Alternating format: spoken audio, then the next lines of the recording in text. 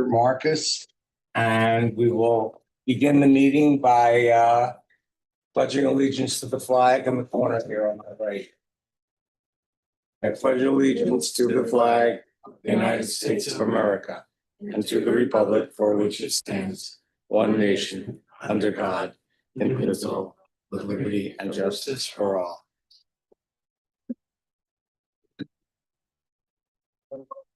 So, next on the agenda, we have the approval of the minutes from last meeting, from the meeting of July 7th. Are there any comments, questions, or motions? I move to approve the minute. Seconded by Tim. All in favor? Aye. Opposed? Motion carried. Then we do have a quorum, but that's been determined. And anyone in the audience from the public wishing to speak, the city attorney, the assistant city attorney will swear you in.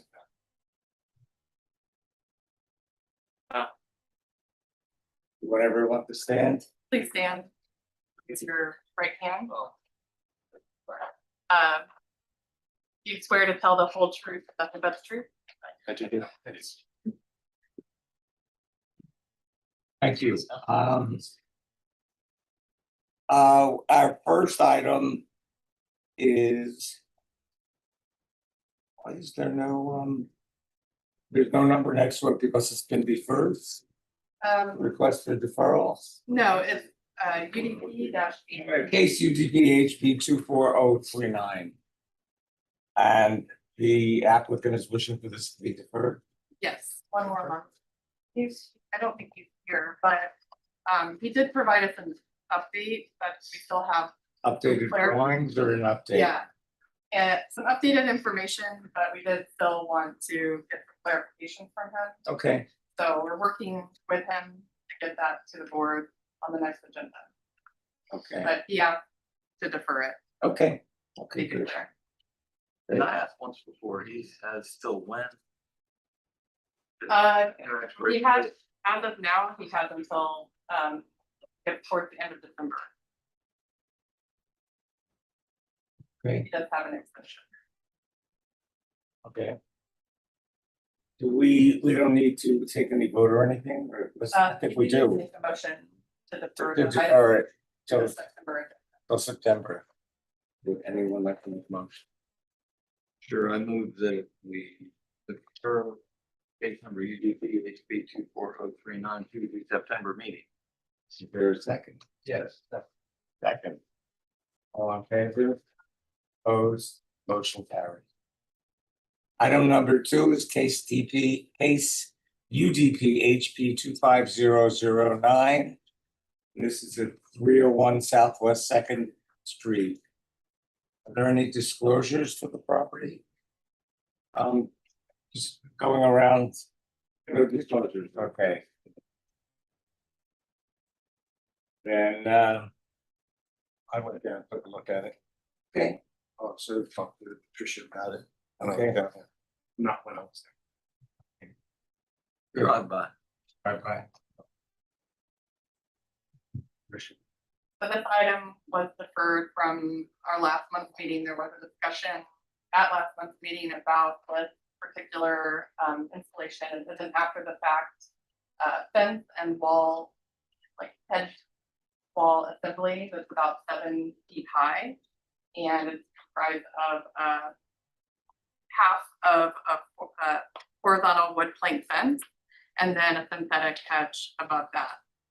It more or less encloses the corner of the property with a gate that encloses the actual corner. The board had a discussion and requested that the applicant defer the item until this month so that the board would have more time to go and take a look at the property and get a better understanding of how it relates to the overall historic district.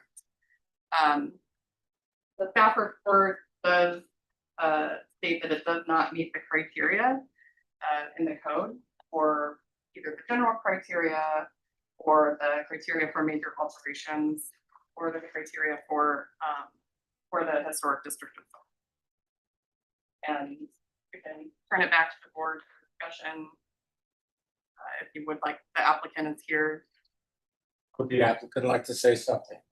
You have to stand at the and introduce yourself yet again. Good afternoon. My name is Kevin Berman. I'm the representative for ownership on structure. I have the tenant here who is actually the one that is requesting this. I appreciate you going out to the property in between the meetings and taking a look at it. We have the contractor here as well who has helped put this all together originally. If you have any questions regarding that or what you observed when you were there. Well, one quick question I have is, remind us, because it's been a little while, why was this after the fact? Why was no permit obtained? You like to go? Yeah, you have to get up there and Yeah. introduce yourself. How's it going? Luigi Loma. Well, so we had done the nightclub. I got contracted to do the entire nightclub, got the whole job done, closed the permit. These lanterns came from somewhere else that were put there, so he had ordered them after we had done it. The tenant, you're saying? Yeah, so it was brought there, and once we were in this situation, they were like, okay, well, we gotta do a historical because we got a violation, so I started Okay. the whole historical process. And So the tenant's aware of this, then, obviously, okay. yeah, I mean, they were brought and put there pretty much like built outside and body. Okay, and then you were cited for that. Right, and Okay. since I had just done the club, we came in and I was like, I'll help you out if I can, you know? Just curious, I wanted to get the story. Yeah. Thank you. Is there anyone else from the public that wishes to speak? Hey, John, the tenant of the buildings. The reason we put those up as quickly as we did and we didn't go through the proper channels is because when we took over the building, there was at least 7 homeless people living there and plugging into and cooking and like camping out and leaving hypodermic needles and feces and dirty clothes and all kinds of things that my staff every day when we would come, have to take them out and clean all these things. So we put that up quickly to deter that because no one was helping us. We tried to police, they're not gonna police that. It was really bad and it was a safety issue. And then once we opened, we kept them for the homeless, but also, I don't know if you guys have been downtown at night. The street is not safe for our customers. There's on the other side where the planter is, there's a bullet hole from a shooting that happened from a venue across the street. And there's been multiple fights and things like that this has kept, it keeps our crowd separate from the rougher crowd downtown. So it's really for us, it's not an aesthetic thing, it's a safety issue. And for us, if we have to take that down, it's gonna put our customers in danger. And our staff that's gonna have to clean because all the homeless people are gonna return immediately. Behind the building, there's 3 people that sleep on our doorstep that I have to come and deal with every day and clean up their mess. So this will just escalate the issue and it will be bad for everybody involved. Thank you. Thank you. Anyone else? If not, thank you. All right. If you had any other questions. If there are any other questions, we know who to call. All right, thank you. So we'll hear from the board. Anyone would like to start the discussion? I have a question for the tenant. Okay. Sympathetic to your security need. And I want to ask my question to Tricia. Is the issue primarily that this hedge is just a visual interruption to being able to see a historic site? Overall, the design guidelines state that fences in the front yard need to be a maximum of 3 feet of visibility, but coming down to visibility, this does not offer any. Right. So trying to be fair to No, I appreciate it. your request. I mean, if someone wanted to see the historic building where the accordion gates are, you could clearly see it. And I was down there and I saw that, but that's not what the, Yeah. No, I understand. So- If we lower those to 3 feet, though, people just jump over it. who else in the neighborhood has a 7-foot fence around their building? American Backyard has their patio all closed in. I believe This is the hard spot, this is the hard spot we're in. the new restaurant next door has like a fence around it. Yeah, but that's, I have to jump in here because this was my point exactly. And I think this is really board discussion. So if you wanted to sit down and then we'll call Well, you, I call you like- back up. Unless Yeah, you have a another question. question. Oh, I'm sorry. I don't mind saying. I want you to leave here today knowing that every consideration to your problem is being heard. But at the same time, we have the responsibility to the preservation of the building to be viewed. And you knew that this was a historically preserved building when you went in. There are guidelines and stuff like that. And trust me, I'm trying to work. May I speak on the building? If those fences are up, there'll be homeless people camped around it and again, all lords, all thanks. I'm not being insensitive. No, I understand. I'm just also trying to get you through this No, I appreciate it. so that you get what we're gonna hopefully leave here today with a new idea. Okay. Because the one that's there now is not gonna does not meet the guidelines for historic We're waiting preservation. to accommodate something. And I'm suggesting that this board would approve the 3-foot barrier that's around there now. And you would have to come back with something that would be a compromise, would give you the security you need, but also be more visually open to the general public to drive by that, walk by that, and see that portion of your property, which is huge, but only a small part of it is what you're here for. It's the historic preserve portion of your property. So it's an issue of someone being able to That's the see hard spot that you're in. What if we made the I top wanted of it to some kind jump of in plexiglass after- that you could- I'm sweet. What if we did the top part in some sort of plexiglass that you could see through so people could see the building? Again, that's a great idea. When we don't approve those ideas, building and zoning does. So and please jump in on me, please, Tricia, if I misspeak. That's a great idea. If you came back and said, listen, we need this for security, but if you guys are looking for visual opportunity, we can provide that with X, Y, and Z. Everybody goes home happy, maybe. And I'm saying maybe because I don't make the rules. I'm just trying to give the historic preservation consideration and your security situation. And I feel it. I know it's dangerous down there. I've heard other stories. We've been in front of code many times about this, as well as one of you guys, and basically code has come down to if the historical is fine with it, we're fine with it. So I don't know, we can go back to code and Well, let's go around and hear from the rest of the board because it's really a composite decision. I'm just reading from the staff response on B, which speaks to the visibility and it states it's the guidelines recommended limiting the height of the fence to the front yard to 36 inches with a picket style fence that is 30% open. So it sounds like having 30% open visibility is the goal. Right. How you accomplish that, I don't know, but at least reading the staff response, that sounds like that's what we're working towards.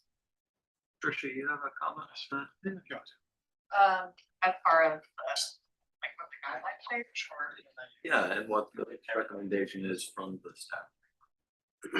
as far as the recommendation, the staff report is based on the design guidelines. They do speak mostly to the visibility of the site beyond, and the board has, approved slightly higher fences up to like maybe 4 feet at a location, but still providing that visibility into the historic property.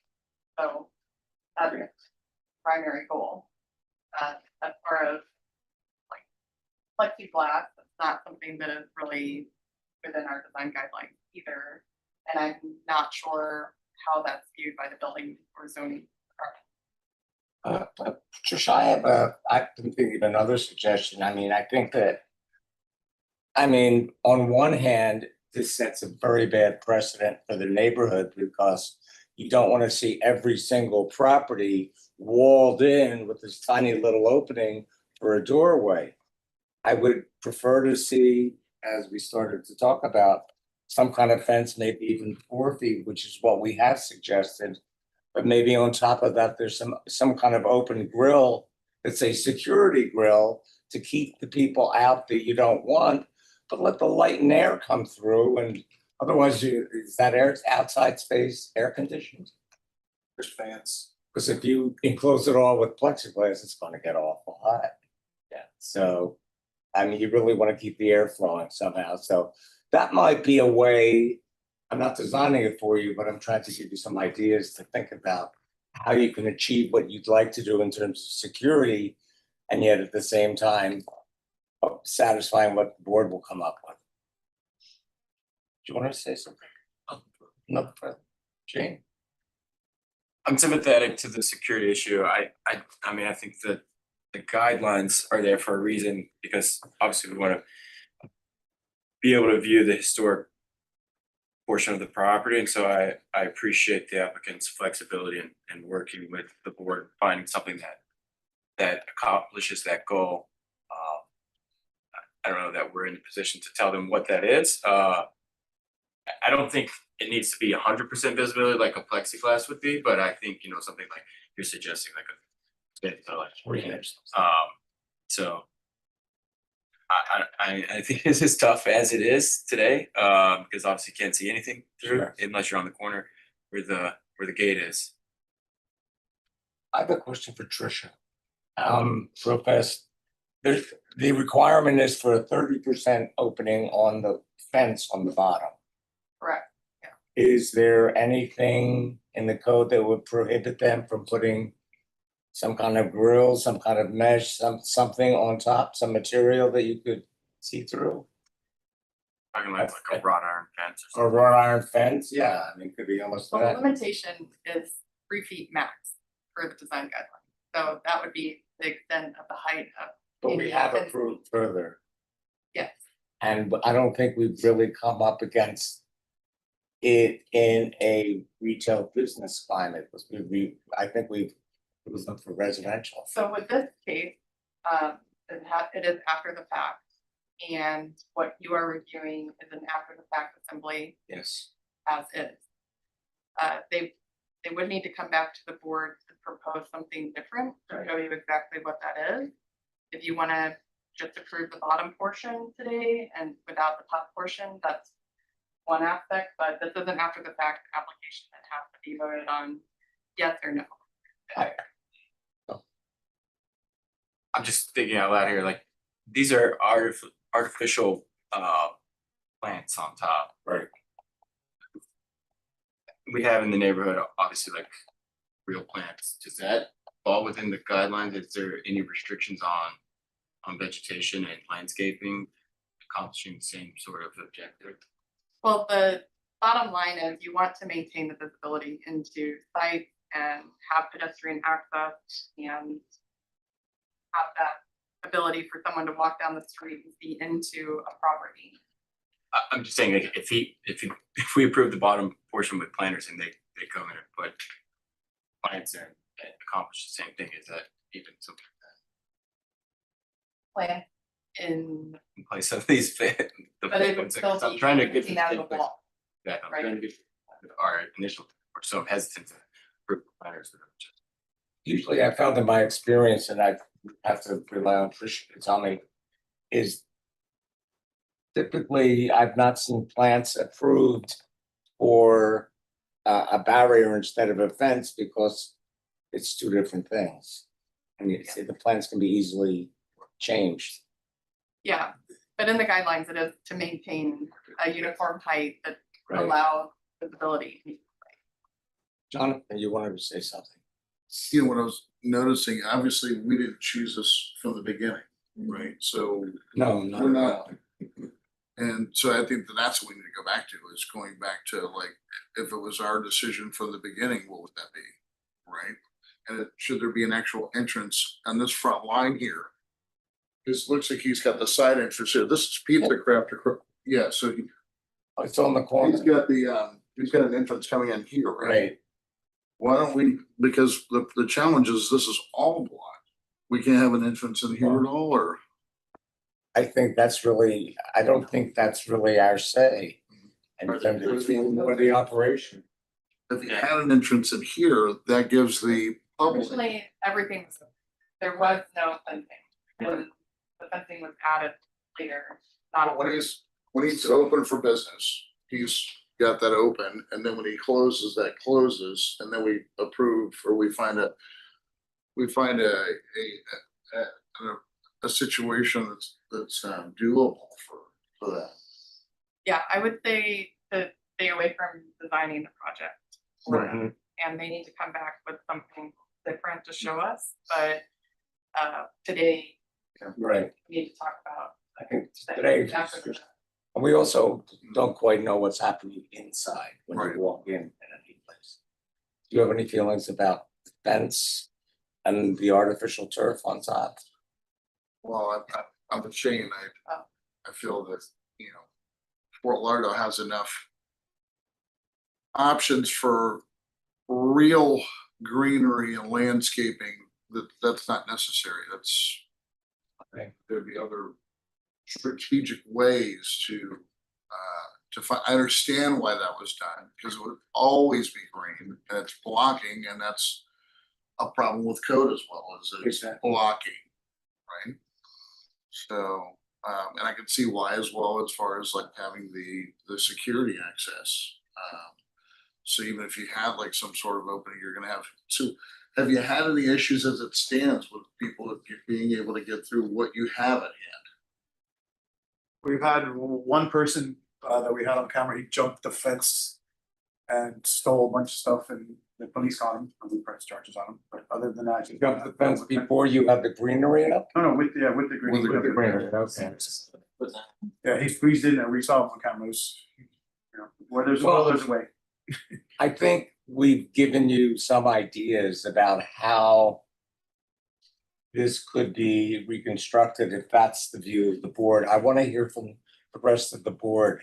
To this point, Yes. if moving the gate to the front, so people have a direct line of sight of the historic building, that would be a solution that would definitely work for us. It would be not that hard. That And it won't would still change the maintain everything. essential arguments of the, It would still be city the staff height, but you report. would be able to see the building. The compromise that would. anyway, let's hear from who else? I guess that's it. One more You, comment. jump in. Okay. What I'm trying to accomplish is you don't go round and round and round.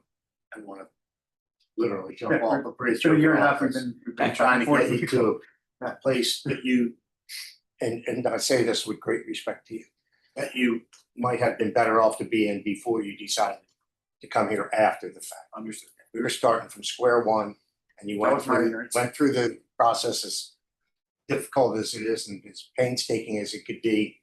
You would have got yes and no, yes and no, yes and no, and come to some conclusion about what you absolutely can't do. Right. This is a no can do, because it is literally a wall. So can do would be something that's not a wall. So if you want to come back with something that allows visibility, whether it's your design, whether it's makes people hot or not, is all up to you and what works for you. Whoever mentioned that wrought iron fence, although it would not be within the height restrictions, that would be an easier conversation, I think, than the one that we're having now. So the one we're having now is, there's no way to see this thing. You just can't see it. And as much as that seems to be unimportant in regards to safety, gunfire, homelessness, it's just the way it is right now. So for you to get moving forward and get your business open all the time without this hassle, I would really be working on the visibility and somehow combine that with your security and come back with something. We are open-minded and to the degree that we want to work with you.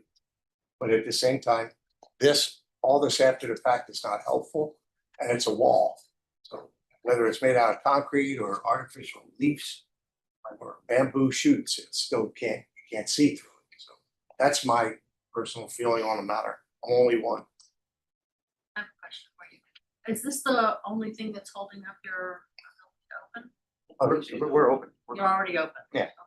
Then question, have we ever approved anything temporary? Because I feel for the safety component of this establishment. Is it possible to approve this for a certain period of time while he brings back a another alternative?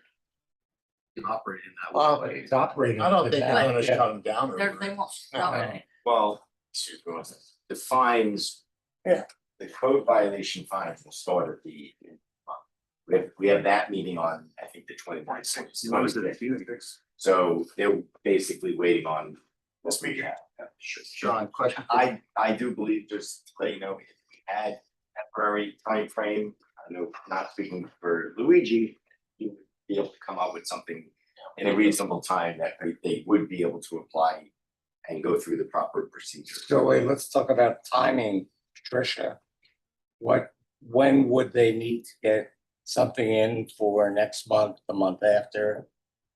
The application deadline for next month was already passed, Oh, but, you know, we can work with them if we get something in the next week.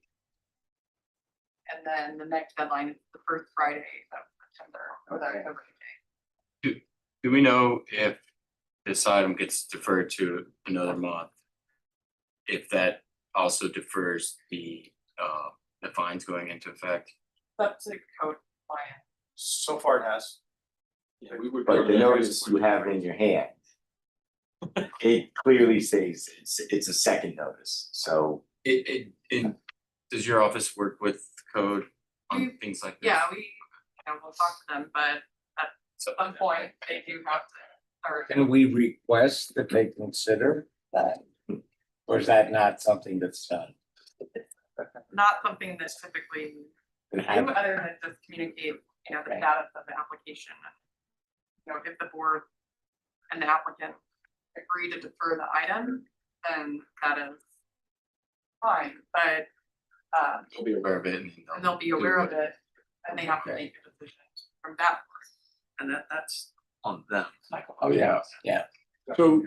But we if they want to create a new proposal, it's a separate application. The date is an after the fact application.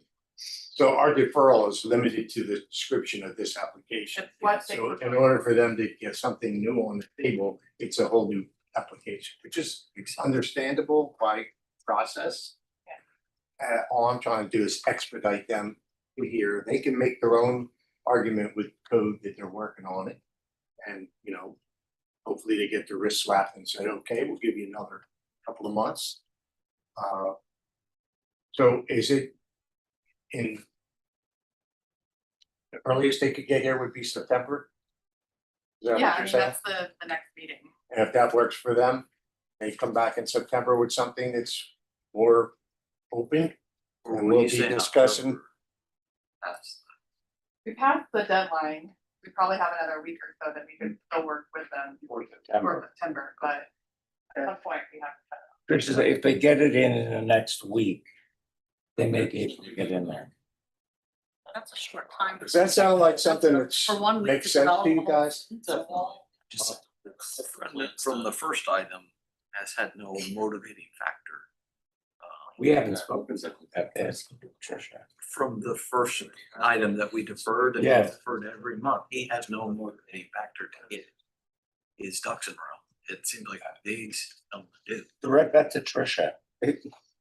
Basically, Alan's asking, it's about the first item, we should really not digress, but ask the question directly. What I was raising was there's a motivating force for these gentlemen if they do have a fine that will start. And that might be appropriate for an after the fact request. Our earlier item, agenda item number 1, there doesn't appear to be much motivating for that individual because he's been here in person and he said, oh, I'm gonna have it in next week, have it in next week. The first applicant has been working on it since. Do we then. wanna get it, do we wanna speak on this? No, hearing and then we- I understand. I think that's more. We're digressing here. Yes. It's a good point. It is a good point, we can talk about it. Yeah. Let's bring it up afterwards. So do we have to vote on this and Yes. turn it down? Or turn it up? Or defer it? I mean, if What are our options with this? if you defer it, then they wanna adjust their request, they could still do it. To adjust what they're showing, but they've asked for the board to accept what is shown and what is in place today. Okay, so all that being said and what we just heard, the representative could come up and said, we would like to defer this so we can come back with a new proposal and we can approve that and not turn this down? Or do we have to turn that down and then do that? I like the first solution better if the applicant wants to come up and have a confront. Do they want to defer? And it would still be under the same number. Alright, so before I say that, real quick, we have the historical building is only in that right corner, the gas station. So only that area would have to be visible, we'd be able to, if I were to redraw these plans and change that over so it is visible, just all the historical building part would be, had to be able to stay on the side that's not historical, on the nightclub. I think it's more than just usually being able to see the historic portion of the building. You should tell me if I'm outside my bounds here, but we're talking about visual access, both inside and outside, really for the neighborhood as a whole. Isn't that what he said? No, No, he's talking about the building. He's talking about the building. We're talking about. The other part of the building isn't covered by that fence. I think what he's asking really, is I whether. thought the whole front, the whole front. The whole front The whole front's covered. Yeah, but he was asking if he could just do half of it because the that half is not. Doesn't that go all the way to the end of that building where the add-on starts? Like Can you the- go back the- in that the hedge? second story building is connected to it. Yeah, it connects in there, but what I'm asking is that we wanna see the historical building, so right there, exactly where we are, like. If we made that all visible with the 4-foot planter and then just made the rest visible with that one. Cause the rest of the planter that's covering all this side isn't blocking the historical building. Part of the nightclub, part of the restaurant, that was. Only part of the historical building is the kitchen and front area. I think you're, honestly, I'm just being honest with you. I think if you wanted this thing to fly, Like, the percentages of the cap flying it would be to make the whole thing open with security and possibility of visual access and security, which is, and I am not telling you what to do. Mhm. That's like a wrought iron fence type design that's opened up. So that there's no question about anybody seeing what this historic preservation board is trying to preserve. Is the display of the property. Believe me, I've been down there, I've walked it. Building that's built around it, I don't know how that ever got approved. I really truly do not. Because that's built all around it, but that's what it is, and that's what everybody signed up for when they went there and signed up. That's the hard spot. One little architectural note is that when you're attaching the, whatever you design, whatever you really propose from top and bottom, make sure it's really firmly attached to the bottom fence and the roof or whatever you have up there, just so nobody can push it over. Yeah, okay, yeah, we'll have to take into it, to be honest, it's not gonna be done in a week, the architect's not gonna get it done in a week, it'll probably be about 2 to 3, you know. Well, then, what was the next deadline, Tricia? It's the first weekend in September. So looking at the calendar, they can have until Monday, August 18th to get back any updated information, so that would be 2 weeks from today to make the September meeting. Otherwise, our typical deadline for the October meeting is Friday, September 5th. The Friday, September 5th sounds going good. I understand that. Control. Or But we would be have in to reapply. communication with Tricia and. Yeah. So we would just reapply completely like we just did. No, we're saying if there's an agreement to defer it, then you can just provide the updated. Okay, yeah, so we would like to defer it and with the given time, I'll make sure to have new plans and we'll throw back at it. But with a new application. Is what, Oh, no, right? same No, with- updated no, plan. Oh, it's updated. As long as Okay. everyone agrees. No, with it. Yeah. So we need to have a motion from the board. It's the motion from the board to what's the Defer. proper language, Mr. Attorney, is it to defer this or to extend it with an updated, Just adjustment? defer, it's fine. So I'm making the motion to defer case UDP HP 25009 for an updated proposal on new design. As it speaks to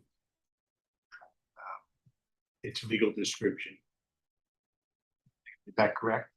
To the October. Oh, that's where you guys are at, the October Yes. 6th meeting? Okay. For October. Second. Thank you. All in favor, say aye. Aye. Opposed? Motion carries. Good luck. We'll see you. Alright, we'll see you guys soon. And our next item is ACDPHP 25013, 811 South, Southwest Fourth Place.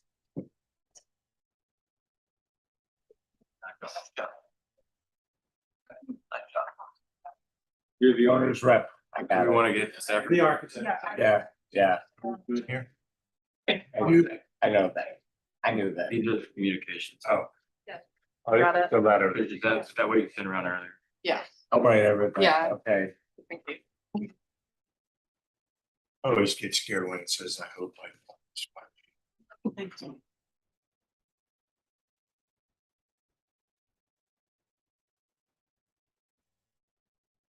So do we have any disclosures here? We can do that, okay. None, None. okay. Trisha. Up. Lena. Lena. I can. You can. Report.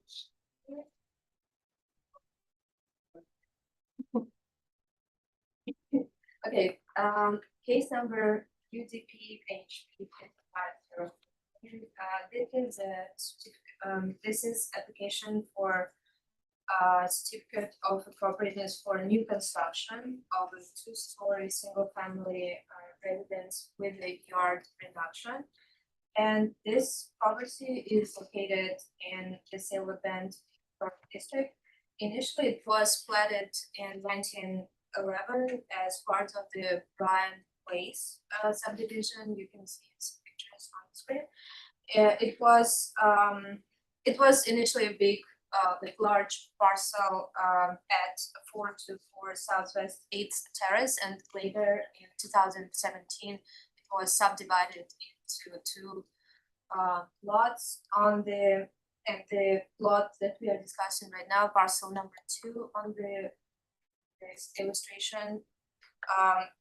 It was designated as 811 Southwest 4th Place. So we will discuss this parcel, this portion of the original larger property. So what is interesting about this property? It was like we received at least 2 applications within the last 8 years for new construction on this parcel. And first time it was on July 5th, 2017. I can keep this there. So this is the proposed new construction. We will return to this image later. So these are the properties the projects that were proposed for this parcel before. I just decided to show you like for comparison. So first was application on July 5th, 2017. Case number H17005. And it was approved for the demolition, approved certificate of appropriateness for the demolition of the existing in-ground swimming pool and the construction of a 2-story single-family residence. And then, so they demolished the pool, but they never constructed the new building. And in November 2020, they applied for another new construction proposal. What was here originally? 2017. Swimming. when they applied for the first time for new. There was nothing on the lot before. No, there was a pool of the original Oh, structure. of the one Yes, structure. so okay. they demolished the pool, they received the approval from the HPB, Historic Preservation Board, but they never constructed Okay. anything. And again, this building was never constructed. So today, we received we will review another application for a new two-story single-family residence on an undeveloped parcel. Measuring approximately 103 feet in depth by 83 feet in width, and the proposed structure would occupy 39.5% of the total lot area, and rise to a height of 27 feet 2 inches, which includes the required 7-foot elevation to meet FEMA floodplain standards. The applicant describes this property, this design architectural style as a modern interpretation of Florida vernacular architecture. But I would argue with this design description because they will use high-end materials, and traditional Florida vernacular style is more simple, modest, using locally available materials. And as you know, Selva Bend was developed by working class, so most of the buildings are more simple in terms of materials and design. So, and I just want to show you something for like a broader review. I was looking for the architectural style, like how to define this proposal in terms of architectural style, and I found like thousands of similar projects across the world. So I wouldn't say it's a vernacular style interpretation of vernacular style. It's just the global trends, and I believe it doesn't meet the existing design in the Selva Bend historic district, and this is like major concern of our staff report. So the applicant will use modern high-end materials, the oak wood, dark bronze metal, keystone tile, Olithic stone, and etc.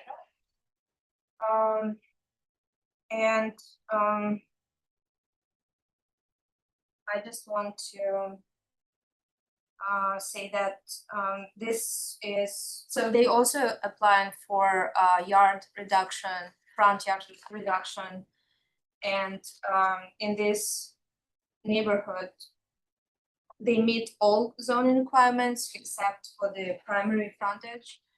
And the zoning code in this district requires 25-foot front yard setback. And the applicant requests approval to reduce it to 20 feet. And additionally, the design includes a second floor balcony, which will encroach into the front yard for another 5 feet. So it's also another concern for us, and I think that probably doesn't meet the requirements in this district. Because the neighboring structures, they have much larger setbacks on the front yard. For example, the building to the east, which was built in 1946, they have approximately 25 feet setback from front yard, and other structures in the neighborhood, they have more larger setbacks on the front yard. There is another building west, which was built recently, and it has 17 feet setback. So like comparing to that new property, they have like more appropriate setbacks, but to the old structures doesn't meet the criteria. And so we went through all these requirements, and there are a lot of comments as you noticed in the report. But our major concern is that the proposed new construction, it it doesn't, like, it couldn't be described as a modern interpretation of Florida vernacular architecture because it's more like modern, international design, and it doesn't contribute to the design and integrity of the community of the San Luis Historic District. The building, it has multiple roof peaks and varied elevation, which makes it more like less massive and more integrated into the neighborhood, but it's too high because of the required flood elevation 7 feet, so it's pretty high comparing to other structures. And also, another concern is that the garage is positioned forward on the side, and we prefer, like in the modern applications, we prefer the garage to be set back from the porch because the porch is the focal point of the structures of the historical buildings, not the garage. And finally, another concern is the gate, the entrance. It's a little bit like it's a 6 foot high pedestrian and vehicular gate made of aluminum finished either in dark bronze to match the windows, window door frames, or Fox wood finish to match the output. These gates are framed by 6 foot tall east stone clad stanchions and set 3 feet back from the property line.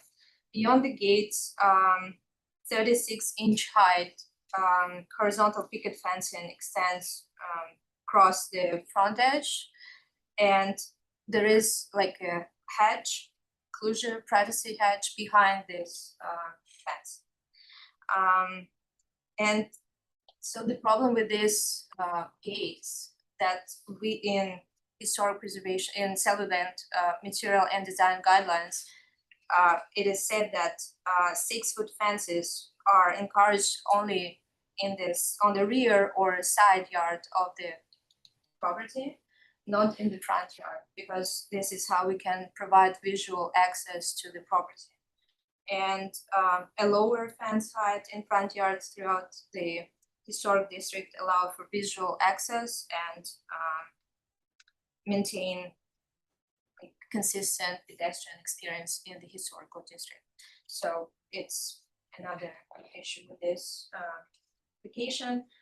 And finally, the proposed 2-story single-family residence is articulated through stepped massing, a multi-level roof line, mixed materials, and layered architectural components. The structure exhibits a bold contemporary design, featuring a prominent projecting balcony, dynamic fenestration, premium finished materials, and modern detailing that sharply contrasts with the quieter, more traditional architectural character of the surrounding neighborhood.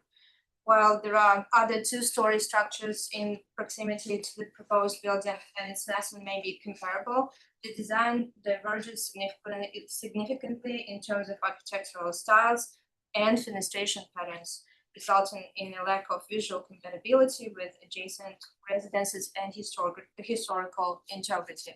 And then we have some, maybe you can summarize.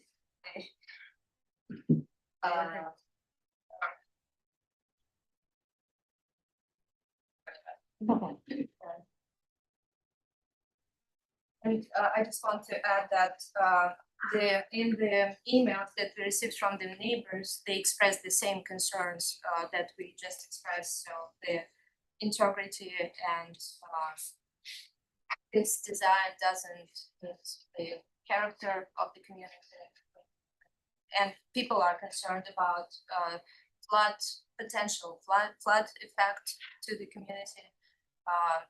There are old trees. 2 of them will be preserved, oak trees, they will preserve. What do you mean they're concerned about flood protection?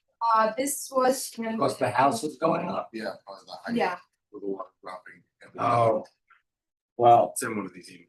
at this is Yeah. what one of the neighbors Okay. were talking about in his email. Rich Smith, he said that it's also concerning to see these new homes built to the maximum footprint of the lot they are being built on. So this like maximum footprint.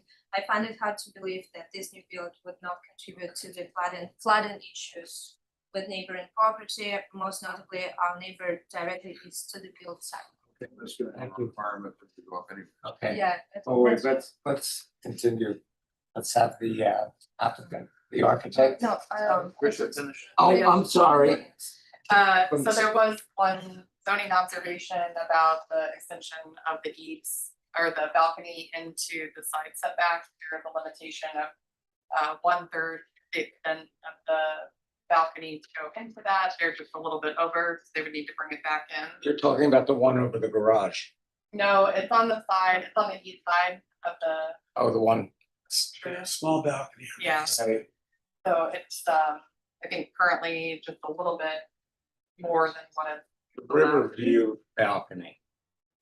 That's over the garage, is it not? The river Yeah, it's in the northeast corner of the structure, but in the rear side yard on the east side. So just to kind of conclude with what Lena went over, some of the items that do not meet or partially meet the criteria, which are listed starting on page 11 of the staff report, are the height and design of the pedestrian vehicular gates. While they're not consistent with the historic preservation design guideline. The water feature that's in the front yard is not typically found within Sailboat Bend and is not something supported by the design guidelines themselves. A majority of the windows on the front and side elevations have an aluminum shutter that's painted a dark bronze color applied to the exterior of each window. We didn't get specific details within the plan, so we weren't entirely sure if they were functional or not. But they're not typical of the appearance of that type of shutter that would be applied within the design guideline that does talk about Bahamian shutters or something that's a little bit more traditional. The wood cladding that's basically shown all over the front elevation is not typically found within the historic district. What cladding was that? The wood is, it's an wood, it's a Ipe. specific. Ipe. Sorry. And the way that it's applied, it's not a clapboard style, it's just applied onto the structure, which creates a more modern effect. Tricia, I'm sorry. I have an issue here. It's wider than this. How can we hold someone who's designing a contemporary house, even albeit in a historic neighborhood? Sorry. In a neighborhood where you're not going to design the contemporary house with clapboard siding. You're not going to use the same details that you would use on a historic house. So I don't understand how we could hold the But we do applicant. have design guidelines within the code, specifically to Sailboat Bend. We Right. do have our overall design guidelines. And a big part of designing a new construction project for a historic district is compatibility. Right. Part of the Sailboat Bend design guidelines does talk about wood and the use of wood on the exterior cladding, and specifically talks about the use of it as clapboard and what kind of reveals it should have, rather than just applying wood to the exterior as planks. That's what we're pointing out to you in the staff report is for our criteria and our design. Where is it first? Okay. Yeah. Please continue. The next item is the fact that the garage is positioned forward on the design and the front entryway is recessed back into the design where it's typically the reverse in a lot of the older structures where you have a more prominent front entryway that is the primary focal point Right. of your design. The fenestration pattern is atypical for the district as well, where the sizes of the windows are much larger than what you would see, or different patterns and placements throughout. And then overall, the design of the building just expresses itself more contemporary rather than something that could be more transitional. And while there could be some, you know, alterations to the design itself to bring it more into a transitional point rather than in its contemporary state.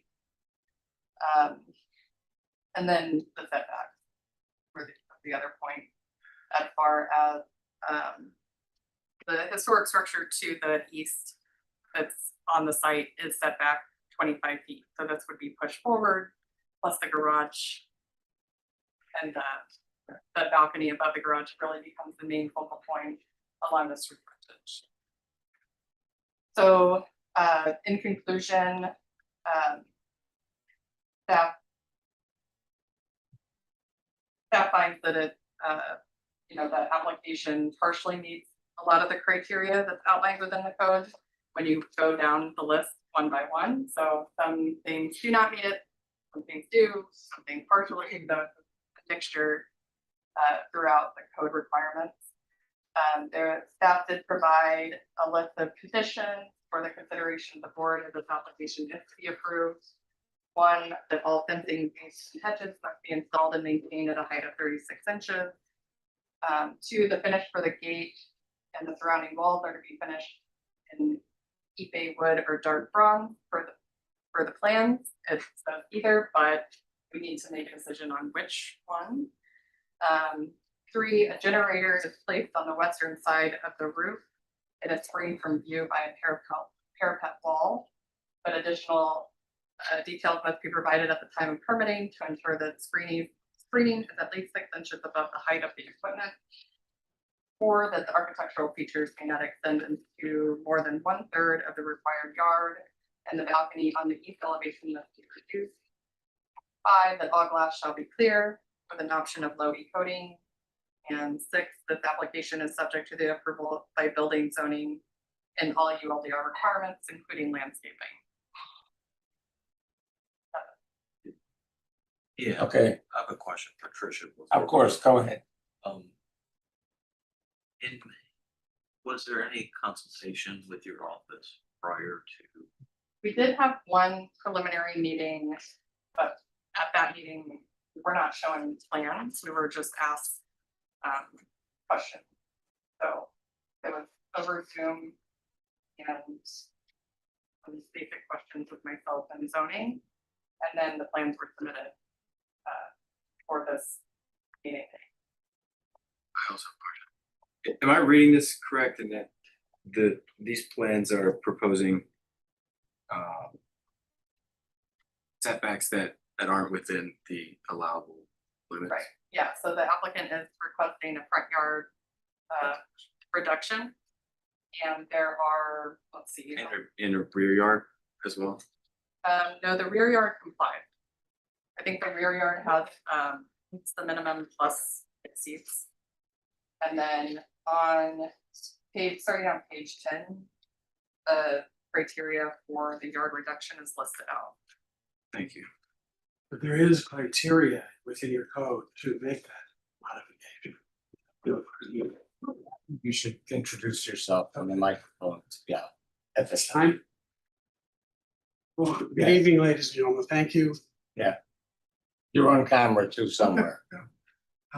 Thank you for considering our project tonight. I'm sorry, you are? My name is William Taylor.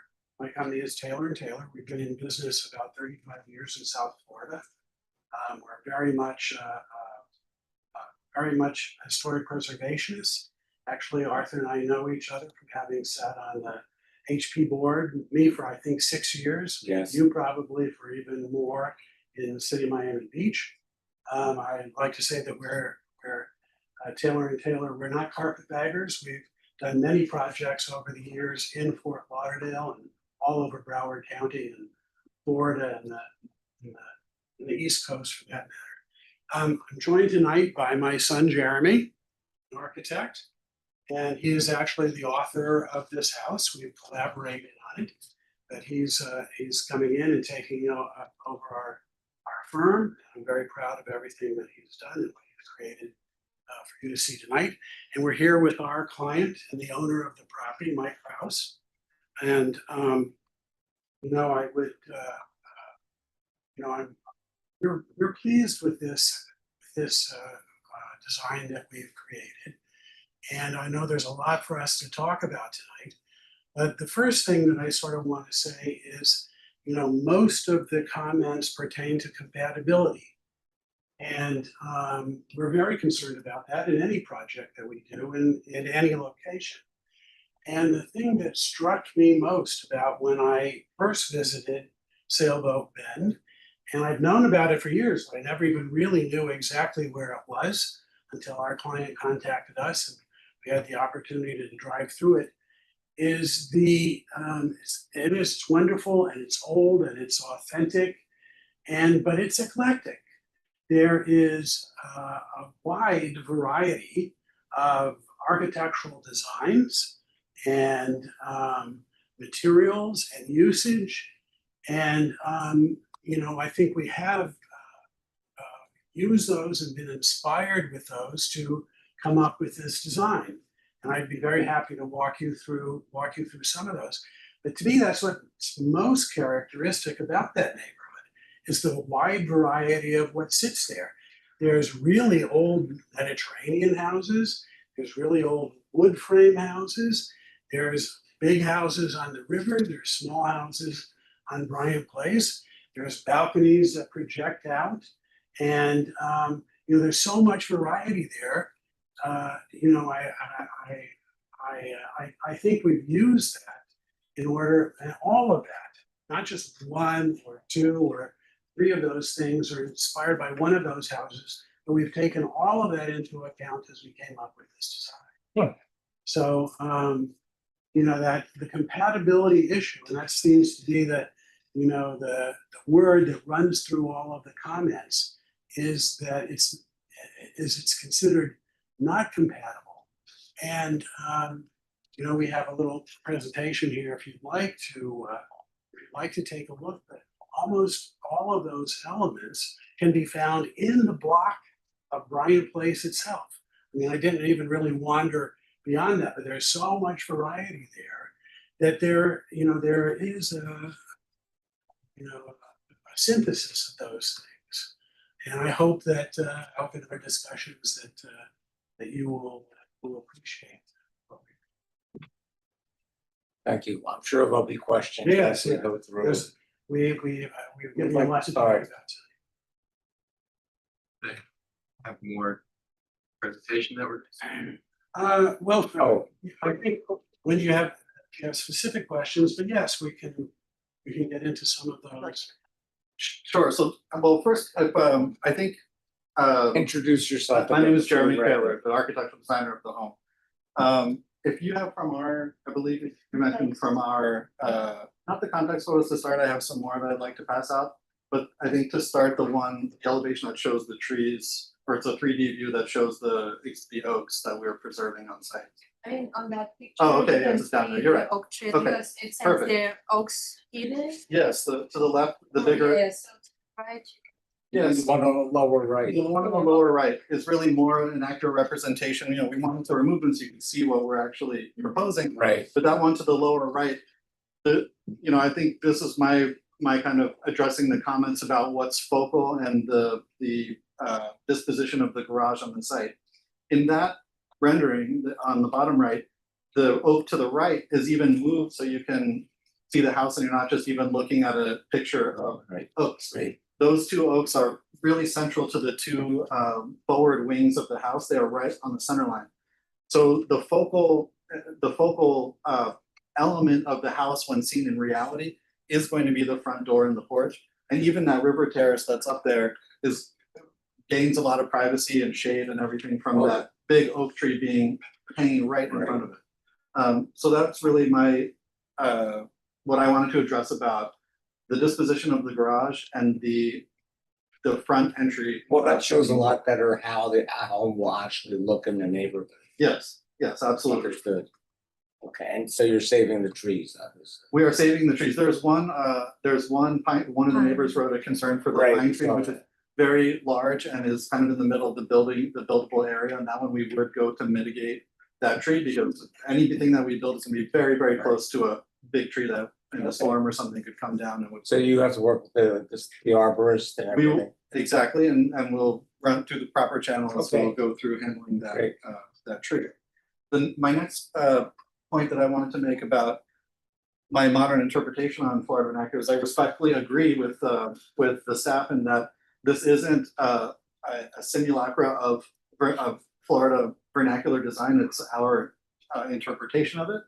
And I would point to the use of local stone, the point that the house is designed in a way that it can cross ventilate if the occupant would like it to.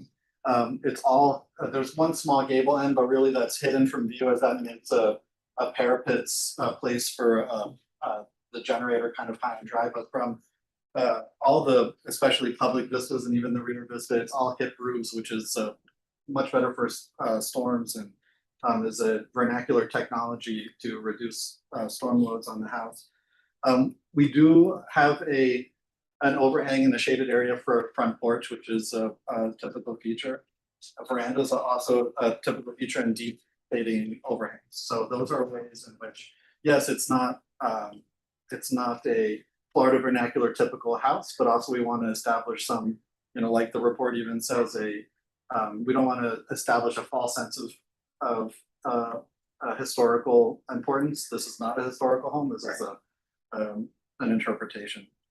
Yeah, and so then I think we can move to the context photos, but I think these are going to be a little more helpful.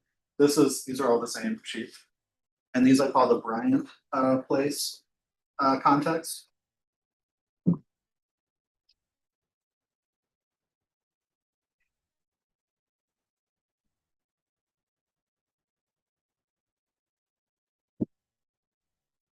What's on the property now? I did not. There's nothing. Nothing, okay. Nothing built on the property.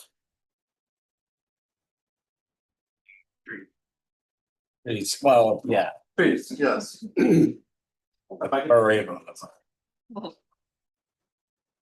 So on this sheet, you can see in the key plan on the bottom right, this just also kind of in context with staff's report, Sailboat Bend isn't a monolithic area. There's differences in different areas. And so we chose to focus on showing the very local context. On sheet one, this is Bryant Place. So this is on the subject property's street. You can see examples of two forward masses, just like we're proposing, kind of creating a front porch that's recessed and shaded. That's evident in photo number one. Number two is showing a very lovely traditional home that has a tall hip roof, but with a overhang similar to the one that we're proposing in an off asymmetric, I would say, disposition. Three is just to show that there are many homes that just all you can see is the garage, so it's not uncommon to see some garages that are forward. 4, 5, 6, and 7 are evidence of other types of walls with some with less visibility than we're proposing, some with more, but providing the owners with a certain level of security and privacy that I think we're kind of, we're really trying to thread the needle there and provide the low 3-foot open pickets on the property line, and then stepping back 3 feet to comply with zoning regulations, a little bit of a taller section of the fence that's really just the stanchions and the gate itself. So the 4 through 7 provide very, very local context for that. And then number 8 is about 2 or 3 houses away, and there's another instance of right and left masses that are forward of the entry, with one of them being a garage that's fairly focal. In this next, if you don't mind, Tricia, pass those out. This is kind of moving a little bit farther away, or on the 1 or 2 streets away. Thanks. Coontie Court and Charlie Avenue contacts. Number 1, I'm showing that I want to bring your attention to the fact that there are multiple instances with regular windows, and not everything is perfectly compliant with the I guess, a idealized version of vernacular architecture. Number two is, I believe, probably contributing home was to be quite old, maybe a wood frame home with a asymmetrical, very tall mass with the entry behind that.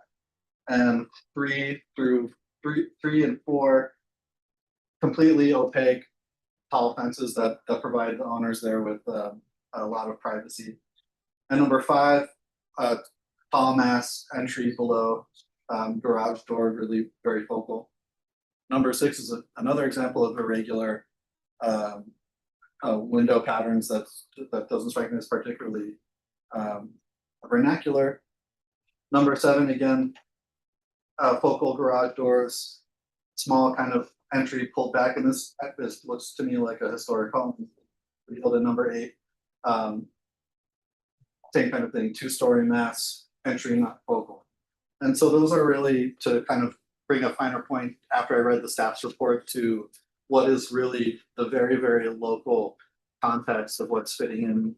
And unfortunately, not pictured here, but in the context there, the home immediately next door was really our impetus to has a reduced setback. Now that may be because the front is technically on a different on the adjacent street. But when you're standing there in the street view, these two houses next to each other, I don't believe that it's going to look like ours is advanced much more than the one to the west of it is, which is a modern home with actually a fairly similar material palette.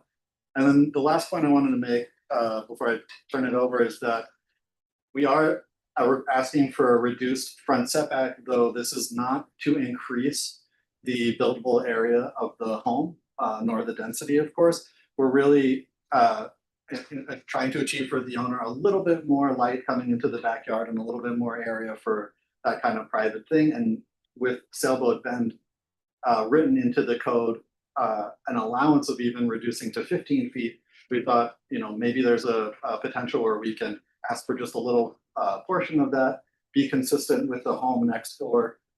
And again, the proudmost mass is behind a very massive oak tree that very much shades it from and screens it from view of the public. So let me just run through here and make sure I hit all of my notes.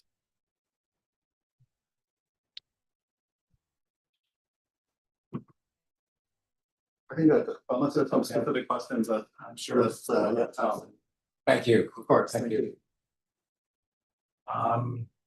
Maybe others that want to speak to this. Before he yes. sits down, maybe can you just touch on the shutters that the staff mentioned in their report? Yeah, so the shutters are, these are exterior shutters. They're not Bahama shutters. They're meant to provide some screening from sunlight and provide some privacy, but from still when you're inside the home, not to be too shaded and still provide maximum view out the window so the greenery can become part of the interior of the home. When you're doing that, of course, and this is very early in our design process, so we don't have construction details that are going to show you exactly how this thing is built, but we're going to have to use a product that has an NOA. And we've done this before on many other homes. They're not operable because that's becomes quite a complication when when it has to be hurricane resistant. But these are, I would say, a modern take on a Bahama style shutter. That's really, you could call it a shutter, you could call it a louver, but it's meant to do the same thing, accomplish the same job as the older style shutters that you're shading the interior, but in a different form. Okay, thank you. Why don't we just have them sit down and then have everybody ask questions? Okay, well, unless you have a question now, I'm sorry, so. I'm sorry. So the house is showing that the driveway is like perfectly level, but I'm imagining in real life it won't be because it's up 7 feet. Yeah, so we haven't So the car can drive in, right? exactly. So we haven't moved into actually doing a full civil engineering, and drainage retention plans. As we're here hoping that before we invest in those things, that we can get some guidance on where we're going. But of course, as mentioned, the house does have to be elevated. We're not proposing to elevate it any more than the state required minimum. So I think that's good. We could be here through zoning and everything asking for more than that. But yes, the driveway will slope a little bit, but will be required to deal with any rainwater that creates. But that does remind me, did I answer that question? Yeah, well, because that was gonna lead to my question Yeah. is what's your rainwater and flooding plans? Yeah, well, I would imagine that in the course of getting a building permit for this, we were gonna have to, in the right of way, in the easement, the driveways will need to slope to a drain that's properly engineered to handle any runoff that the driveway is creating. I did want to address, you reminded me, thank you, of the neighbor's comment about floodwaters. One of the things that we're planning to do with this house that kind of goes back to vernacular methodologies is that there will be a crawl space under this house. So instead of having a solid stem wall and backfilling it, we really believe that it's a healthier home to have air passing through underneath, and that even though, yes, we're building a home on this site, so we're gonna be changing the nature of it. The entire site, besides the solid decks like the pool deck and maybe the driveway may be somewhat permeable, though your regulations don't allow us to count that towards how permeable or towards the requirement. We aren't gonna be displacing all the rainwater from this home off-site. If our site's flooding, it can go underneath the house and percolate naturally the way that it's been doing without a house. What's your first floor product? Is it It's gonna be a structural slab, yes, Above grade. under pier B, above grade. via columns or? I think what we'll have is the stem wall will be perforated in certain areas so that it's not like we don't want it to read like a house on stilts. It's not a house on stilts, but we've done this quite often in the past where the side elevations are more or less they actually have perforations are open with barriers so that rodents can't go under the house, but water can come in and out much easier than just a little required flood vent, as we want that air to move through that space and naturally dry out. Though we aren't gonna have that on the front or the back, so you don't see it, and also because the pool deck is elevated to more or less the same level of the house, so that's really something that we would do on the side elevations. But you would never really see it, as that's quite low and would be landscaped and not in view of really anybody. In your design name, it seemed like it was, I kind of got like an Indonesian out of that. Was it? What was that? The- Tile. Oh, the tile? Yeah, that's just and really we wouldn't, that tile would not be visible to anybody. That's the material that we're doing on the inside of the pool as per the client's preference. That's kind of a green, has a cool, desirable look. But I would not say that that's a primary exterior feature that we, want to be part of the street.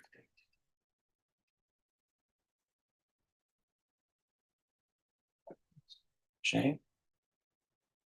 Tim? I had some comments to ask from Shane. You live in Singapore, I do. and you're the architect.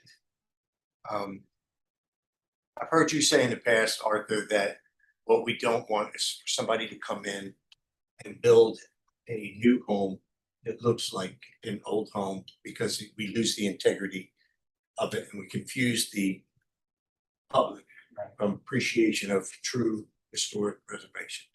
So with that being said, then that's where we start splitting hairs on when do we get so far away from things, we're too close to them. Do we have artificial brick next to real brick or not? And so that's when we start talking about this thing fitting the neighborhood, and these pictures come in. And I think the eclectic comment is pretty apparent that there's so much in that neighborhood. It's so different. It's such a beautiful home. It would look good. The question for me is it really interrupting anything in that neighborhood, bringing that in? But I'm asking you as a resident for your opinion. I'm asking you as an architect for your opinion.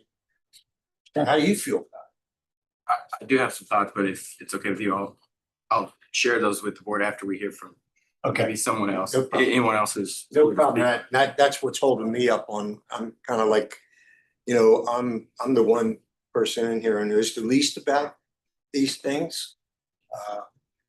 think that's why I'm Is there here. anyone else? I'll go before you then. Do you want Is there anyone else that's open it up to here? the public comment? Oh, and we then didn't, yes, that's right. Bring it back to board discussion. Anyone else from the public wish to speak? I believe there may be one gentleman from the public that wishes to speak, but that just reminded me of something else, if you don't mind, if I go on for another 30 seconds. Sure. So Ipe wood is not something that would have been used in traditional vernacular architecture, but the types of woods that were are not commercially available anymore, and this is the one that's most resistant to all the maintenance issues that could be. So, you know, Pecky cypress or Dade County pine, would love to make the house out of that, but those just aren't options for us anymore. And things like clapboard too, putting that on top of a concrete structure where it can absorb water and hold that up.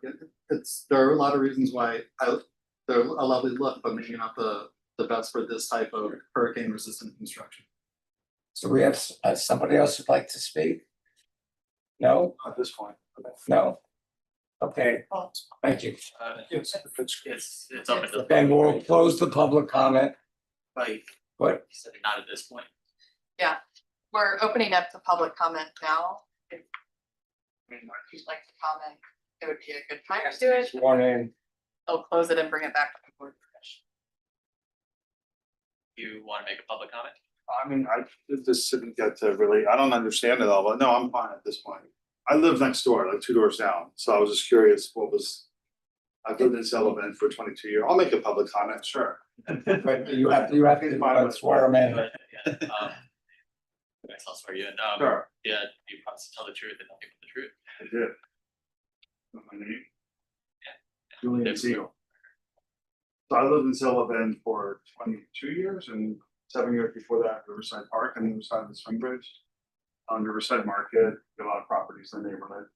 So as the neighbor to his west just built that house, one of my friends from Rio Vista, it's like looking at this house under construction, modern, he's like, that's the kind of house you demolish, not the kind of house you build. It's just an opinion from someone that lives in Rio Vista, talking about the house directly to his west. So I have a 2-story house on the river. I have a 60-foot balcony. I have 160 feet of seawall. I don't mind functional new construction. It certainly beats termites holding hands, keeping your properties together, you know. But I mean, like I said, I'm really not well versed with the project, so I just wanted to see what he wanted to build, and a lot of his surrounding neighbors were out of town this week, so they asked me to buy. Okay. So my opinion is, I don't really have an opinion at this juncture. Okay. Thank you for your My opinion. pleasure. With that, who else from the board? You wanted to speak? I'll speak. I have a number of comments. I actually think it's a very well-designed contemporary home. I would have to respectfully disagree with city staff because I do agree with the architects that it's a modern interpretation of the vernacular style. Yes, maybe materials are different, but all materials are different today than what was typically used in the 20s or 30s. So I don't think we can hold that up against the house. In terms of the front door, recessed, I mean, I realize what Tricia is saying, and maybe there's a way to add like an open air portico or just a partially roofed portico, that something that sticks out a little further and gives the hint of a entrance with, while the actual, it's like an exterior foyer, so to speak. Or like an exterior foyer, for whatever you want to call it. I think, as I mentioned earlier, there's an inherent problem, or it's not a problem, it's an inherent concern about doing a new house in any existing neighborhood now because of the flood restrictions. You know it's going to be up 8 feet before they start 2 more stories. That's going to look much bigger than anything in the neighborhood, but we have to comply with it. And also, I wanted to say something. If I think if the neighborhood really is concerned about getting a house up too high, maybe it's in zoning that you go to and you say you want to keep it at 1 story, so that you know you're really not raising it up all the way. But that's not an issue for this board.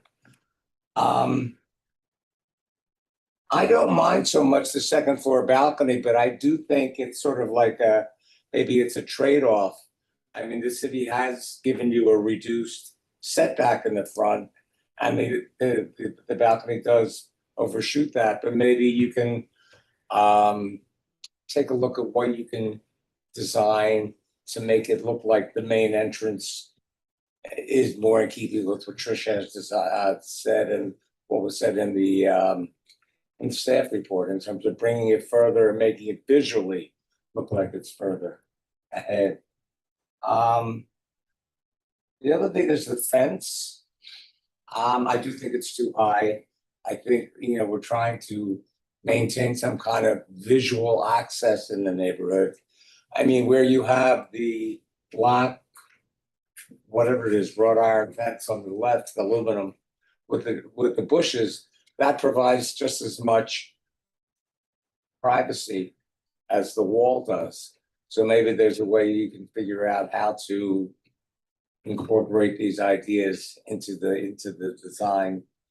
And that's about it. But I do think it would be a handsome addition to the neighborhood. I agree that it's very different, but the neighborhood is very different. I mean, every home of every era is designed in a sort of a different manner. They actually, contemporary homes today are designed drastically different than they were 30 years ago.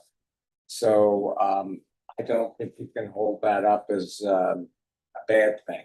Because I think in every historic district that I've ever been through, it's the variety of buildings and architectural styles that really enhances the nature of the district.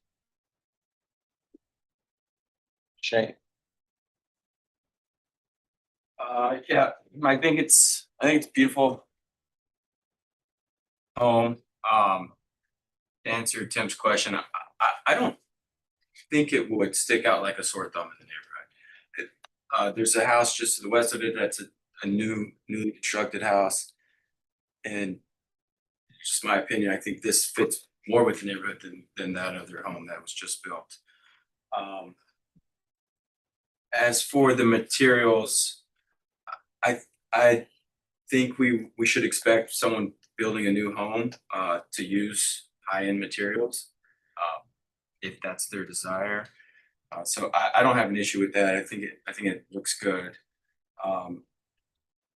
The fence, I think this is a unique approach, somewhat different than some other applications that they've actually incorporated 3 foot in part of the fence line with the Clusia, and I assume that the reason they don't do Clusia all the way across is because they need access in and out for the driveway and the walkway. I would like to see a little bit more visibility, but like as far as the gates go, but this is what they've provided. There are 6 foot high fences as they showed in their comparable pictures across the street and down the street. But some of those do provide some more visibility. The flood issues, I think their approach is interesting with crawl space, and I think they'll be required to comply with zoning issues there. The shutters, I think actually look good. A lot of the new builds, they're just the glass is already hurricane compliant, so they don't have the shutters, and these are more of a design feature, stylistic than for wind resistance. But I don't have an issue with those either. The setback, I'm a little bit. That's one issue. I don't know that I've made a decision on, like as far as that. But I do appreciate that they're keeping the oak trees. I think those oak trees add a lot of value to the neighborhood and the historic feel to it. And the fact that I am sympathetic to the fact that the one oak tree kind of hides this balcony.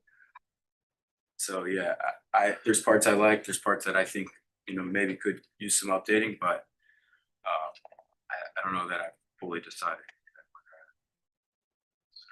I think overall it looks good. Thanks.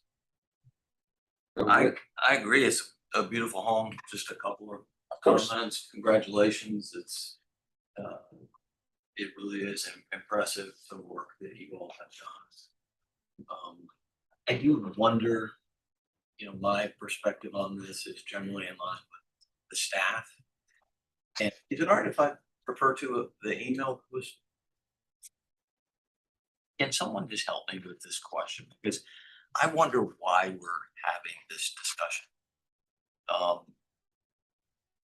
So this is the Cliff email, and he writes, this house would look great in Rio Vista or Victoria Park. So if you're gonna keep allowing these modern houses to be built here, why can't we all just agree to let the historic designation go?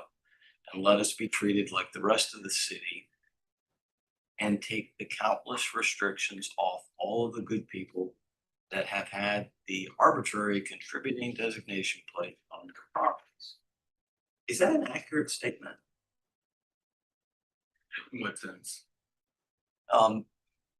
In the sense, why can't we just all agree to let the historic designation go and let us be treated like the rest of the city? We're gonna let this be treated like the rest of the city. So what is it about this application that has found its way into our review? This is located within the Sailboat Bend Historic District. I fully realize that. Yeah, And so I look anything- at all these pictures that they submit, and we have seen this before. The guy's point makes sense. If he is subjected to certain regulations or requirements. Well, we've gone through this as a board, and there's several years ago, we had a whole town meeting devoted to sailboat. And we have to realize, I think, what we as a board can do and what we can't do. This is now part of a designated historic district. It's the only historic district in the city. So I think that's where this gentleman is referring to the fact that this neighborhood is treated differently. If in fact they want to secede from their historic designation, that's up to the neighborhood and the city. They have to talk to the city about that. I don't even know what would be involved in that, but that's not our decision at all. So it's way beyond what we could even discuss today. I'm not interested in having the discussion. What I'm wondering is, why is this application here? Because anything in a historic I hear district, you, yeah. but this is gonna fly. You've given good reasons for it. You live in the neighborhood. We have documented pictures here that there's tons of variability. So I'm still not getting why we spend time on this It's a process. process. It has to be done So that that's way. the It's answer. in a historic district. It's the way it's done. Yeah. Until it's designed differently with exception or definition of exception. We're going by the rules that So were there when Lena we showed here up. followed that process and writing Right. staff report. I am favorably inclined with what she writes. Okay. It makes sense to me because that's the process. But We don't as a follow board, the process. we as a board can also question the process. When you have a big lot here, something's Yeah, There's a lot of, I think that's like kind of the point of the board is because if it's just by, the letter of this does or doesn't meet the staff's report, which outlines the criteria, then there's no real reason to have this board. It's either yes or no. It's kind of, it's in line and it meets it or doesn't meet it. And then this board is given discretion to hear the applicant, to consider other factors, and to approve or deny. I bet you if we weren't here, you know what this would be? One big white box, no, I don't believe that. you know, well, I mean, if we weren't here, right, as a board. That's potentially what could possibly. Or I would- Or it would be an empty lot for a very long time, Right. but without spending too much time on this, I think it's important to mention that Arthur has been here longest from anybody. He's seen this function of the board, and Tricia's seen it too. Really improve communication between developers, ownership, purists in historic preservation, people who really are passionate, believe in it, you have all my respect. We had such a gap between what can we do and what can't we do. We started talking about it. So we started to do exactly what Shane said, was to just listen and try to improve what the Bible law says, and now we're inching our way to change. Because we have to, there are certain things that these gentlemen can't get a hold of to meet the criteria, such as certain types of wood, certain types of criteria, raising 7 feet because of floods. Those things aren't in the old rule book. So we're trying to bring things up to date so that people can move forward and we get the best that we can get. Sometimes we don't get 100%, sometimes we get 50%, but we never get 0. I have to be honest, I'm curious as to how the 7-foot basement's gonna play out. Well, it's not a basement. It's just an elevation of the house for the flood codes. Right. It's gonna be open underneath. It's not inhabited. The open space, and maybe the architect can speak for this, I would imagine they build the ground up and then there's a crawl space. Yeah, Yeah. to say plot 7 is a, you're not picturing it exactly right, because the if you look at a survey of this property, the property is about plus 4.5. So it's 7 from a theoretical datum that's already, 4 feet, give or take, under the surface of the earth. Right. So we're going up about 3 feet from the grade that's there currently. The current grade. So that crawl space, you wouldn't want to crawl on, because it's probably only about this tall, once you take care of the structure. Yeah, I was looking at it as more 7 feet. So there's nothing in the crawl space. There's absolutely nothing in the crawl space other than, You can't have any mechanical- equipment or anything. you can have the pipes that are coming from Right. under the house, of course, but there would be no equipment under the house. Right. Really, it's just a space for percolation. Gonna have a lot with the concrete floor there, or what's it gonna be like? So underneath is gonna be like crushed gravel, so there's gonna be a structural slab that the house sits on, the first floor is on, and then about 3-ish feet under that, just a flat crushed gravel surface that if it floods, water comes in and it goes down with gravity, just like. Is it a girder system? It's the framing that you're doing for that? You see what I'm saying? Are you having?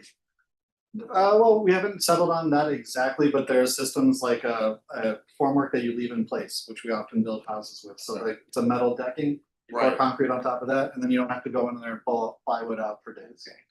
Thank you. Rich, do you know what year this historic district was applied to South Bend? Yeah. It was originally in the 1980s, and then the current boundaries were 1991. I just want to add one thing. The other thing that we always hear concerns about from Sailboat Bend is that not enough people are investing in the neighborhood. And this is a great investment in the neighborhood. So I think it has to be recognized as such. So with that, would someone like to make a motion? Did anyone else have any? Oh, no, you didn't speak. I did speak. I was You just did. wondering if Sonia. I think it's a beautiful house. It's not a McMansion. It's actually, it's not as big as you might think. It's only got a 1-car garage. I think it will fit nicely in the neighborhood. I would be concerned about approving an additional setback so that they're only 15 feet. All the pictures, the houses are a little bit back. Neighborhood, I would want it to be up closer to the street where it is, the way it looks. Beautiful. Okay. Do we have a motion from anyone? Unless anyone has any more questions, which doesn't seem to be. I can't make a motion.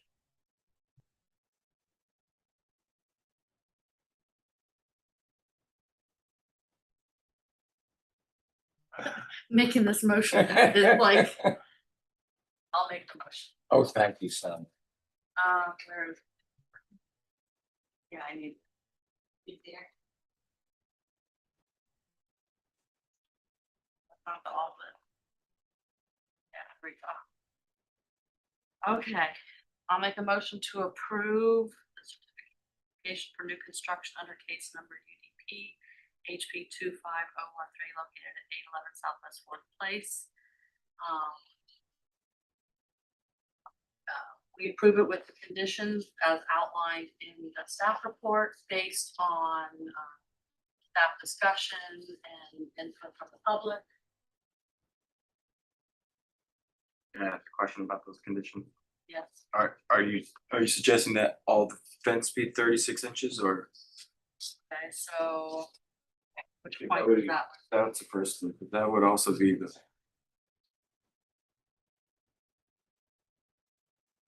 Okay, so we want to approve the fence as is, so I would exclude then one. it's your motion, but I just wanted to. That was part of it. I'm Fine with fence. you're finding, how tall is that, 6 feet? Um,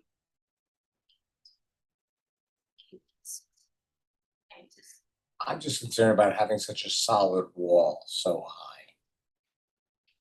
My 2 cents. So do you want to add a condition? Modify these Modify conditions. condition one? Yeah. I don't have it in If front it, I of me. mean, if you're, I would be on board with the condition that the gate be. Have more visibility. I don't know how you would. bring it. That's exactly what I'd like to see. So having at least 30% open visibility? Yes, I mean, okay, so how about we keep the heights and everything fine, just modifying condition number one so that. Is the applicant agreeable with that? There are conditions, right? Like I don't. Is that the full extent? You're saying 30% of the full extent or 30% of the? Well, the gate, those central louvers, I think they want 30%. You can see through now, maybe look 20%, they want 30% visibility of the louvers. It's the canting of the louvers. Anything, or less louvers, anything that. Yes. okay. Okay, so then continuing on with my motion, so approving it with the conditions, with the exception of condition one, altering condition one. Where the fence gates would have at least 30% visibility to the inside. Openness. Openness. Got it? About the height, And the height stays, stays. so not 36 inches. I have to compromise, getting the openness and the height. And condition number two. The water feature in the front yard. Is about the finish of the gate on the plans that said. The wood, The water features right here. those aren't the conditions. They're not on this document? It's on the last page. 12 and 12. I see it, okay. I have a question for the applicant. Is the water feature visible from the sidewalk? That material would not be visible from the sidewalk, I guess, I think from the sidewalk, if you had good enough vision to see that thing happening down low, towards the front door, it would look like the planter wall neck, adjacent to it, but when you approach it, you would see that. Well, you'd also have to jump up over a 6-foot wall, Well, you're gonna see through the 30%. maybe. The one thing that you would see there will be lighting in that. Right. And the movement at night will really light up that Yeah. higher focus on that entry. If there was we were concerned about the entry not being legible. It'll be very legible, really very beautiful, and from the sidewalk, you might even hear the middle of the sound of the water, which I think would be lovely to anybody walking past that. Sonia. Sorry.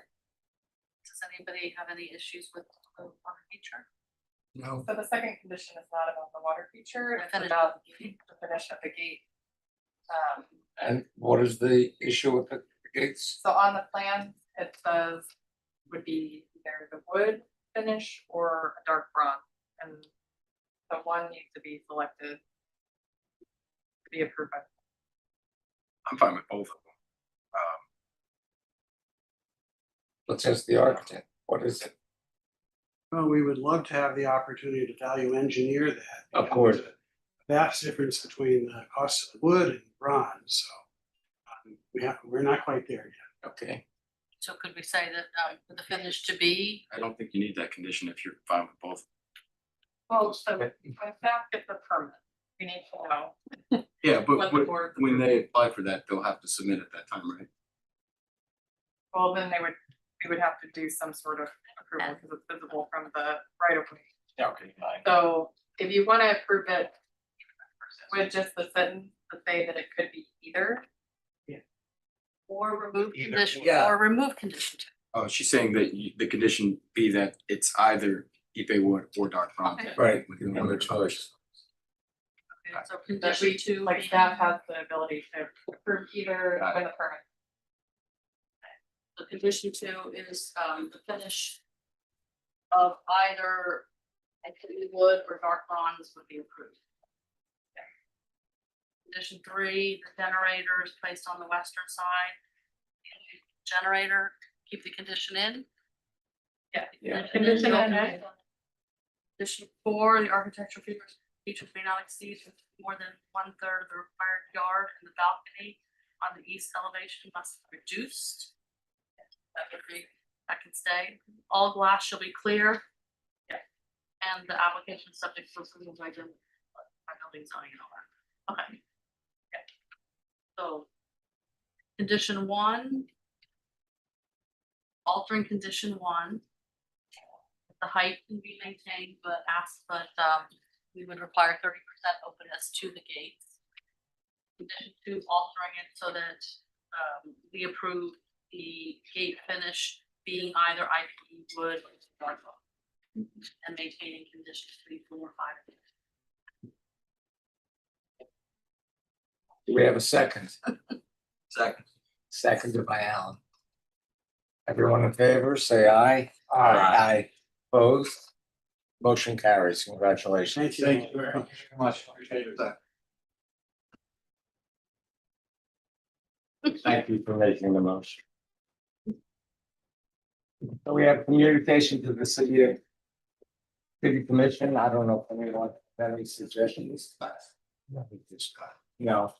And then for the good of the city, make sure you have something noted here. Yes, I have just a brief overview. Good night, everyone.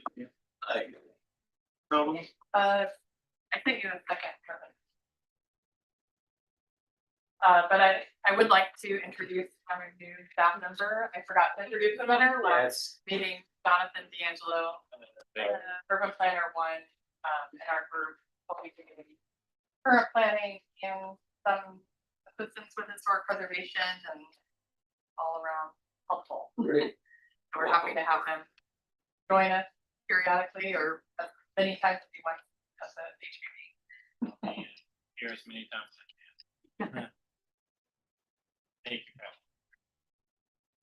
And then, so I just wanted to give a brief overview of an archaeological survey that we conducted in Gilboa Bend Historic District. Generally, when we have a certificate of appropriateness, looking at how it affects archaeology on that particular site, and majority of the area currently is archaeological zone. And so what we did over the past year is take a look at the zone itself, some of the past applications that we've received, evaluations that have been done as far as surveying and testing and monitoring and those reports and the results of those to come up with a more up-to-date map that outlines the archaeological probabilities within the neighborhood, as well as requirements for parcels depending on their probability. So we require the archaeological review because of several factors. We have an initial study that was done in the 1990s. We have a requirement in our comprehensive plan. And then we also have a requirement within the ULDR that talks about anytime we have a new development application, which includes a certificate of appropriateness, that we do have to review it for effect on archaeology. We also are a certified local government, which we are committing to review of archaeology. So there's multiple reasons why we think archaeology is important in general as a field, and it's partially to study human behavior over time. to contribute to research and how the cultures will change over time and how we can plan for the future. And then also a big reason is to preserve cultural heritage and celebrate it through recognition of archaeology. There's a lot of information that's out there as far as perceptions of archaeology and importance of it. And typically, a lot of feedback is that it is something that people are interested in, and not just dinosaurs. So this is related to what I said before, but I threw it in there as just additional information. But as far as the initial study and the different requirements that we follow with the comp plan, the ULDR, and our CLG commitment as a city. To give you an overview of how often we see archaeological review related projects within Sailboat Bend. Up until maybe today, we didn't have any. But today, the new construction project is located in an archaeologically significant zone. And they've already done a study on that parcel because of the previous project that was reviewed. So we found that it was not, there were no positive aspects for archaeological features on the site. So they don't have to do anything further. But a lot of the requirements are related to demolition or new construction or new additions. We have a few others that just kind of are other projects. One is a house elevation that occurred, and two others that fall under the other category are on the Rivermont archaeological site with the installation of a fence and landscaping, since it is a designated archaeological site. Elsewhere in the city, on the right-hand part of the columns, those are how many archaeological reviews we conduct each year. So 2023 was busy across the board, but typically a handful of projects each year, but we're continuing to look at anything that's coming in through the DRC and HPV. I guess also to mention, we do have a reduced fee for the archaeological review for residential projects of $159 versus $477 for commercial. This is our original map that basically just most of the neighborhood was included in the pink dotted area as an archaeological zone. And then this is our new map, which excludes the areas that were excluded before, but also categorizes each parcel into a probability area. So the areas where we've done testing before and they were either positive or negative, those are denoted. Positive meaning that they had archaeological features on the site that we need to make sure are monitored in the future when construction is done. The blue is a high probability area, so we know there's known sites or known aspects that need to be reviewed through some sort of survey or monitoring or both if new construction is occurring on that site. There's also moderate, which we probably have to review a little bit when it comes in, depending on the scope of work. And then the low and very low area would be excluded from any requirements for their plan, but we would probably give a cautionary condition for their projects to say, we don't expect to find anything, but if you do, let us know. Just to give a breakdown of the changes on the map, we had 507 properties total in the area. 127 would be kind of excluded with that negative, very low and low categorization. 109 properties in the moderate category, which gives us a better understanding of, most likely we'll do monitoring of the site, but we'll take a closer look when we receive a project. And then high, you're most likely going to have to do a survey or some sort of testing before you move forward. Positive, the same we would do. Depending on what information we have, definitely monitoring, potentially more testing.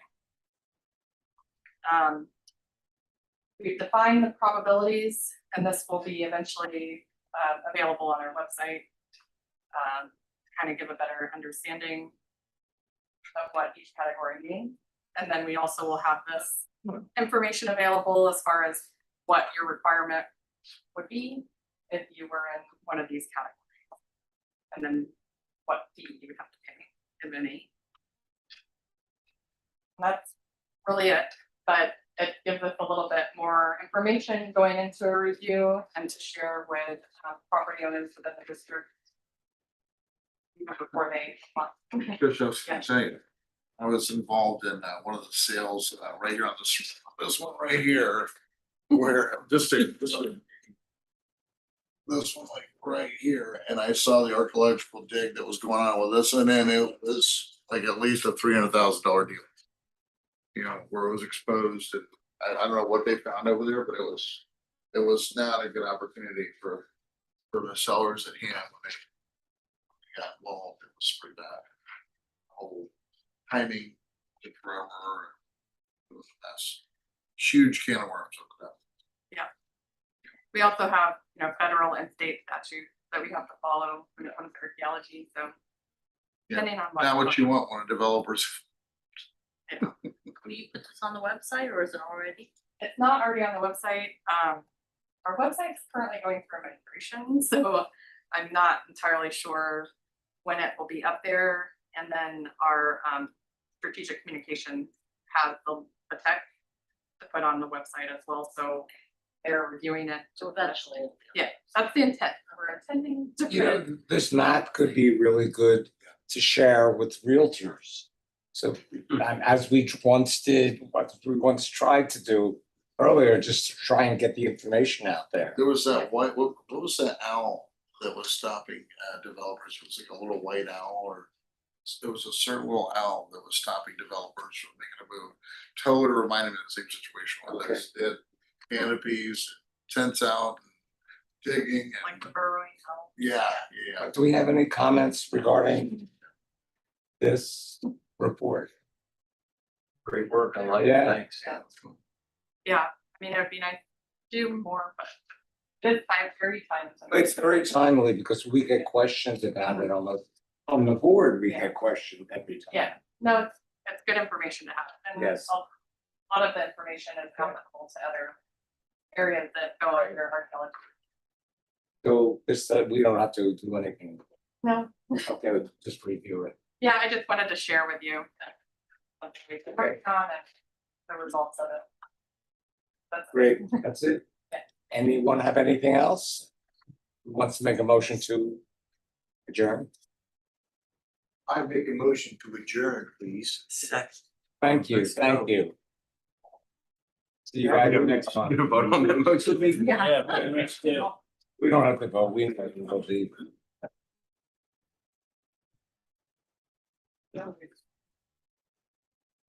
Thank you for your time. the one. Have a nice night. All right, you do. Thank you. Yeah. Just, yeah. Bye. Well, I have to sign that. Right. We have doing cycle and fetish this year? Here. Oh, instead of mailing it to me. Like they, the last time they mailed it to me without any return address. No, Picture. yeah, so this saves us stuff. Hi, guys.